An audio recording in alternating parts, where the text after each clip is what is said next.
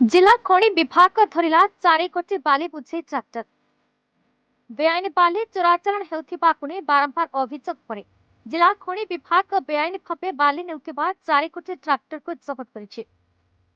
Raigarh block अंतर्गत करणासिंगी देई बही जाउथिबा महेंद्र तनया नदीरू बाली उठाइबा पई सरकारक तरफରୁ कौनसी लीज काहाको दिया जाय नाही। मात्र सेठारु गतकाली संध्यारे बेआईन भावे एकाधिक ट्राक्टर बाली बोझेई करी बाली नेउଥିଲେ।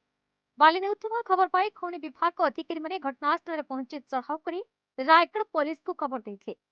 खबर पाई पुलिस पहुंचीथिला 4 कोटी बाली बोझेइथिबा ट्रैक्टर को थाना कोणेथिला।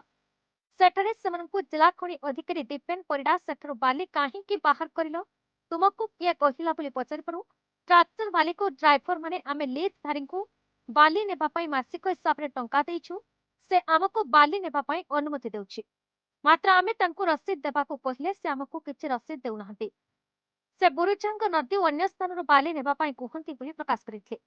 ଏହା ଶୁଣି ଖଣି ଅଧିकारी ଶ୍ରୀ ପରିଡ଼ା କହିଥିଲେ ବର୍ତ୍ତମାନ ଲିଜ୍ ନେଇଥିବା ବ୍ୟକ୍ତି ତାଙ୍କ ଲିଜ୍ ଖଜଣା ବାବଦକୁ ବାକି ଥିବା ଟଙ୍କା ଦେଇନାହାନ୍ତି ଓ କରଡ଼ା ସିଂ ଘାଟରୁ ବାଲି ଉଠାଇବାକୁ ତାଙ୍କୁ ଅଧିକାର ଦିଆଯାଇ ନାହିଁ।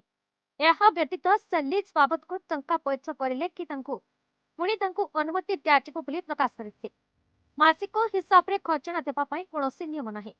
गोटे ट्रिप पाई ही खजना काटिबा पाई सरकार को नियम रहिछि। सरकार को नियम अनुसार मासिक हिसाब रे खजना देबा पाई जति नियम नाही काई केमिति ट्रैक्टर मालिक मानक ठरो मासिक हिसाब रे टंका नेउछंती तांको ए अधिकार देला कि काहार साहस।